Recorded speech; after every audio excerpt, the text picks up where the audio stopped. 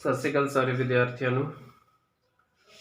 ਅੱਜ ਦਾ ਸਾਡਾ ਟੌਪਿਕ ਹੈ 10ਵੀਂ ਕਲਾਸ ਦਾ ਕੁਆਡਰੇਟਿਕ ਇਕੁਏਸ਼ਨ ਦੋ ਘਾਤੀ ਸਮੀਕਰਨ। ਦੋ ਘਾਤੀ ਸਮੀਕਰਨ।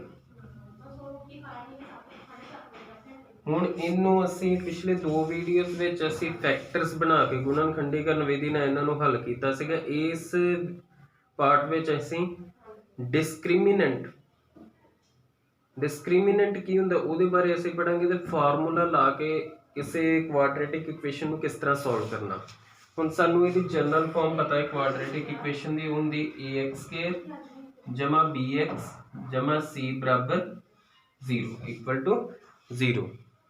तो डिस्क्रिमिनेंट जिहड़ा है वो की है साडे को डिस्क्रिमिनेंट d, इनू d नाल डिनोट करना है b² minus 4ac, b² minus 4ac। A B C साडे को x ते कोएफिशिएंट नाल c की है कांस्टेंट टर्म। अच्छा ठीक है। हुण सब तो पहला इत्थों सानू पता लगेगा नेचर ऑफ रूट्स ते जिहड़ी साडे को गिवन क्वाड्रेटिक इक्वेशन है उहदे रूट्स जिहड़े हल है उहदे सोल्यूशन वो किस तरह दे होणगे। हुण ये जिहड़ा डिस्क्रिमिनेंट है ये हो सकता है 0 तो वड्डा होवे, ये भी हो सकता है 0 के बराबर हो जाए, ये भी हो सकता है 0 तो घट होए। घट मतलब नेगेटिव माइनस।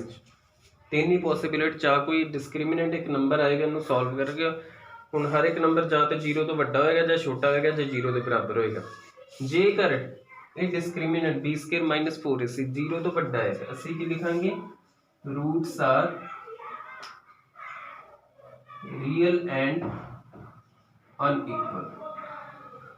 ठीक है कि जेडे रूट्स ने वो रियल मतलब वास्तविक होणगे ते नाल अते असमान मतलब बराबर नहीं होणगे। ठीक है।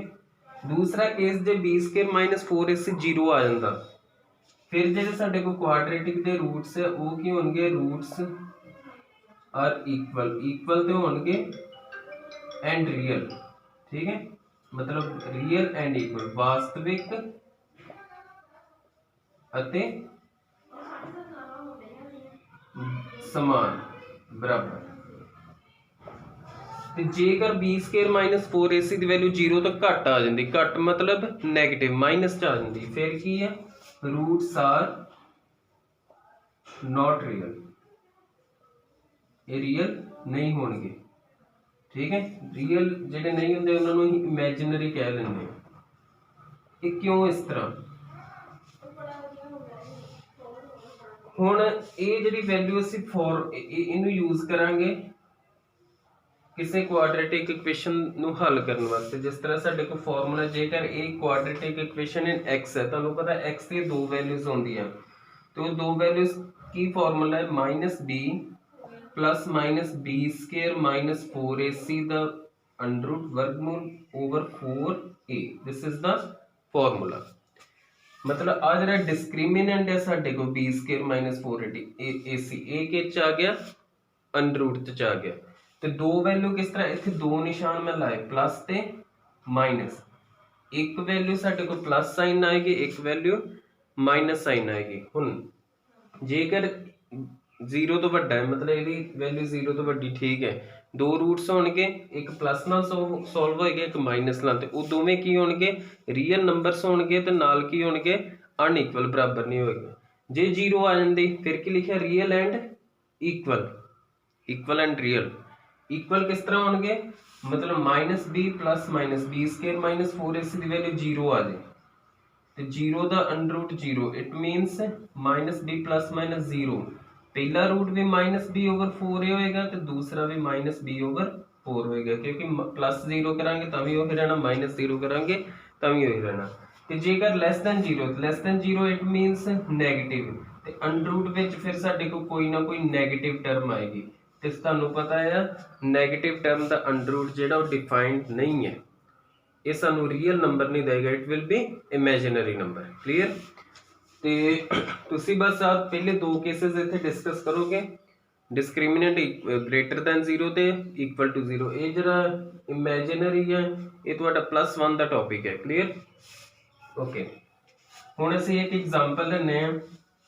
ਦੋ ਤਿੰਨ ਤਰ੍ਹਾਂ ਦੇ ਸਮਸ ਹੁੰਦੇ ਨੇ, ਜਿਸ ਤਰ੍ਹਾਂ ਪਹਿਲਾ ਤੇ ਕੋਈ ਇਕੁਏਸ਼ਨ ਗਿਵਨ ਹੋਏਗੀ x² + 6x - 27 = 0। ਉਹ ਕਹੇਗਾ ਇਹਨੂੰ ਸੋਲਵ ਕਰੋ।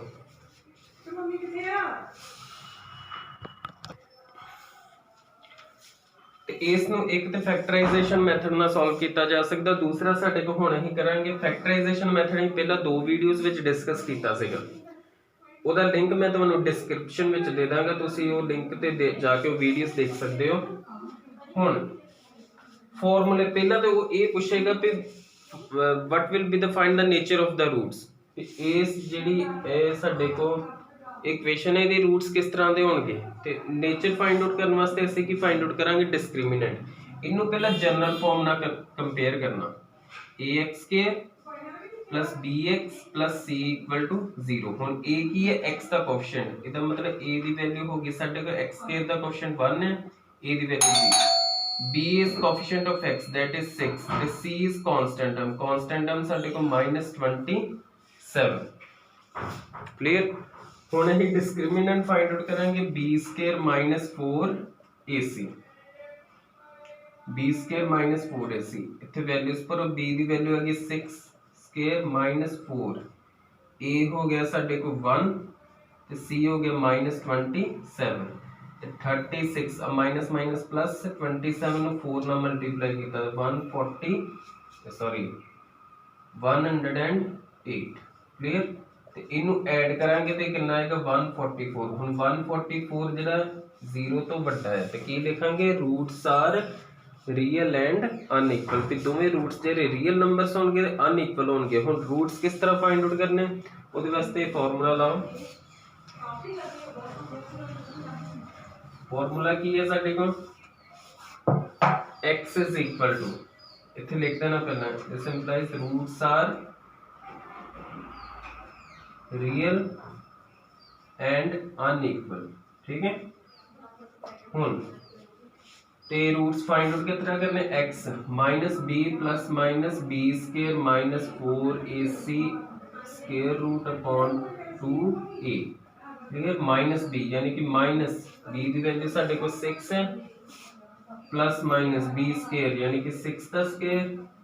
ये तुसी सॉल्व किया सीधी वैल्यू भर सकते, b² - 4ac यानी कि डिस्क्रिमिनेंट ਉਹਦੀ वैल्यू पहले ही ਅਸੀਂ 144 फाइंड आउट की है, डायरेक्ट फिल कर दो over 2a, a is 1, a की वैल्यू साढ़े को 1। इन्हों सॉल्व करांगे -6 + -144 ਦਾ वर्गमूल, 144 ਦਾ स्क्वायर रूट 12 ओवर 2। ठीक है? ਹੁਣ x ਦੀ ਦੋ ਵੈਲਿਊ, ਇੱਕ ਹੀ प्लस साइन -6 + 12/2 ਤੇ ਦੂਸਰੀ -6 - 12/2। ਇਹ ਕਿੰਨਾ ਆਏਗਾ ਹੁਣ ਸਾਡੇ ਕੋਲ 6/2, दूसरा आ गया -18/2, यानी कि x की पहली वैल्यू साढ़े को 3 आ गई तो दूसरी आ गई -9। ये सीगा ਅਸੀਂ ਫਾਰਮੂਲੇ ਨਾਲ ਕਿਸੇ ਕੁਆਡਰੈਟਿਕ ਨੂੰ ਕਿਸ ਤਰ੍ਹਾਂ ਸੋਲਵ ਕਰ ਸਕਦੇ। ਇੱਕ ਐਗਜ਼ਾਮਪਲ ਹੋਰ ਅਸੀਂ ਲੈਨੇ, ਇੱਕ ਤਰ੍ਹਾਂ ਦੀ ਹੋਰ ਟਾਈਪ ਹੁੰਦੀ ਹੈ ਸਾਡੇ ਕੋਲ, ਉਹ ਕੀ ਹੈ, ਸਾਨੂੰ ਇਕੁਏਸ਼ਨ ਇੱਕ ਗਿਵਨ ਹੋਏਗੀ, if x² + mx माइनस कर लो -mx + 9 = 0 has equal roots, find m। ठीक है? ये सानू इक्वेशन गिवन कहंदा ਇਹਦੇ ਰੂਟਸ ਇਕੁਅਲ ਨੇ, ਇਹਦੇ ਜਿਹੜੇ ਹੱਲ ਨੇ ਉਹ ਕੀ ਨੇ, ਬਰਾਬਰ ਸਮਾਨ ਹੈ। ਤੇ m ਦਾ ਮੁੱਲ ਪਤਾ ਕਰੋ। ਹੁਣ m ਤੁਹਾਨੂੰ ਪਤਾ ਹੈ, ਇੱਥੇ ਪਹਿਲਾਂ ਕੰਪੇਅਰ ਕੀਤਾ, a ਹੋ ਗਿਆ x² ਦਾ ਕੋਐਫੀਸ਼ੀਐਂਟ 1, b x ਦਾ ਕੋਐਫੀਸ਼ੀਐਂਟ -m ਤੇ c कांस्टेंट ਸਾਡੇ ਕੋਲ 9। क्योंकि रूट्स आर इक्वल है गिवन है, तो since roots are equal it implies discriminant will be 0। हमने ਤੁਹਾਨੂੰ ਦੱਸਿਆ ਜੇ डिस्क्रिमिनेंट 0 है तो रूट्स की ਹੁੰਦੇ रियल एंड इक्वल। ਹੁਣ गिवन है कि roots equal it means discriminant 0 आएगा। Discriminant minus B square minus 4ac is equal to 0। ਹੁਣ b स्केयर b ਦੀ ਵੈਲਿਊ ਕਰੋ ਮਾਈਨਸ m ਦਾ ਸਕੇਅਰ ਮਾਈਨਸ 4a a 1 ਹੋ ਗਿਆ ਤੇ c ਹੋ ਗਿਆ ਸਾਡੇ ਕੋਲ 9 is equal to 0। Minus m ਦਾ ਸਕੇਅਰ m ਸਕੇਅਰ ਮਾਈਨਸ 4 9 ਦਾ 36 ठीक है। तो m स्केयर आ जाना साढ़े को 36 m आ गया square root of 36 that is plus minus, तो m होएगा साढ़े को प्लस माइनस 6। क्लियर। इस तरह के सम्स हैं, कुछ भी टफ नहीं है, ईजी है बिल्कुल। ये तुसी ये नाल दे सम्स वगैरह अपने सॉल्व करो। जे कोई डाउट लगते मैनू कमेंट में दस दो कि आप क्वेश्चन नहीं होया, then I will make the video on that. Okay, so thank you so much.